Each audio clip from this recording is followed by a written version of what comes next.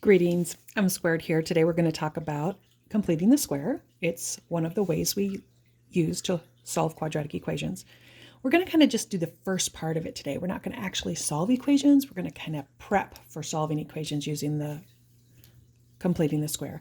I think this is probably one of the toughest ones. We're not going to get into the really more difficult, like when your coefficient on the quadratic term is larger than 1. We're going to stay away from that for now. We'll save that for Algebra 2. But it's still a little complicated. So we're going to take baby step today. Baby step 1. And tomorrow we'll finish it off. So I want you to notice and remember this. We just got done solving quadratic equations like this where we took the square root of both sides. So I want you to notice how convenient that was. It was something squared, we square rooted it, and we got our answer. Well, our goal when we complete the square is we don't have a nice pretty thing like that. See, it takes a special pattern to get that. You have to have the a squared and the b squared. So those first and last terms have to be perfect squares.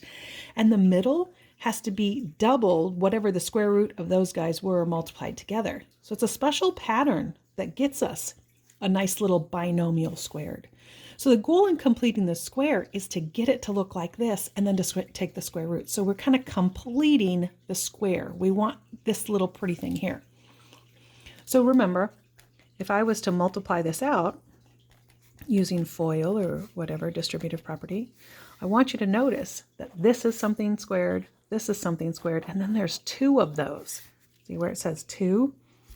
2 of the square root of that, square root of that. So I just wanted you to notice that pattern because I think understanding that pattern is going to help you with this first step. So now, what number would be added to this to complete the square? Well, if we know that this right here has to be 2 times the square root of this and the square root of this, one thing that's really cool, how we get that is we take half of b and we square it. Well, what's b? Negative 10. What's half of that? Negative 5. Let's square it. We get 25. And you'll never get a negative right here. Remember, because when you're squaring a number, you never get a negative.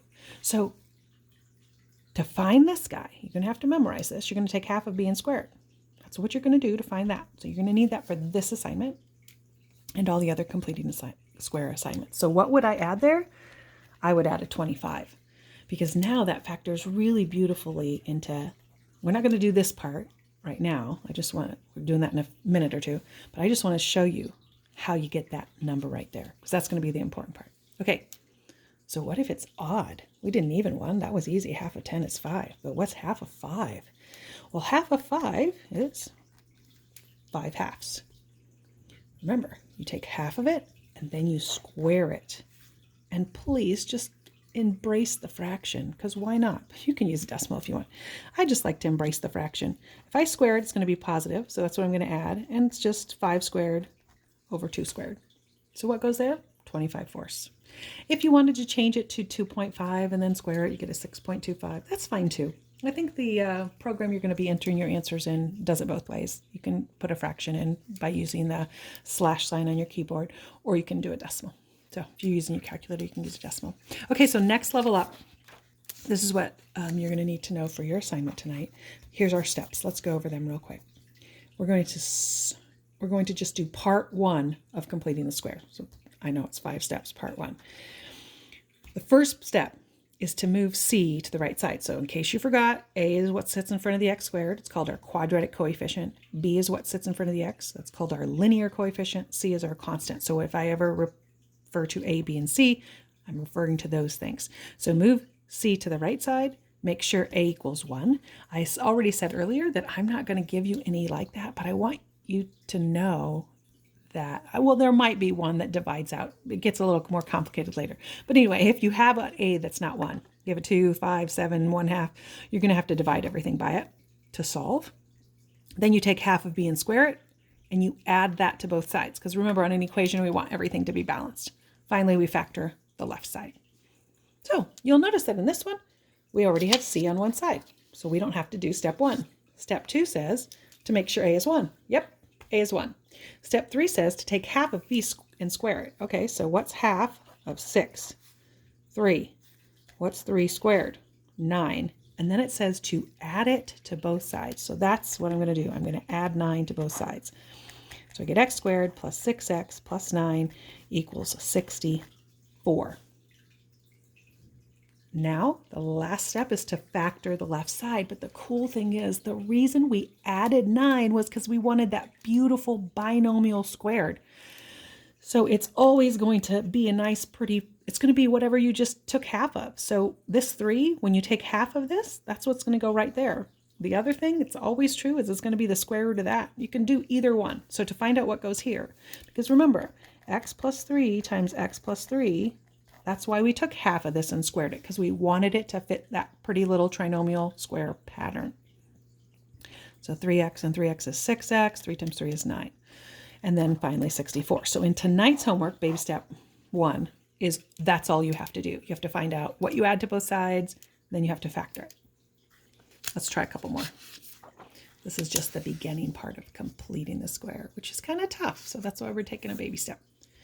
Okay, first step. Hopefully you wrote those steps down. If not, rewind, pause, write them down. You want them in your notebook. Okay, first step. Get C on the right side. That means A and B have to be on the left side. So we're going to have to do some switching around here.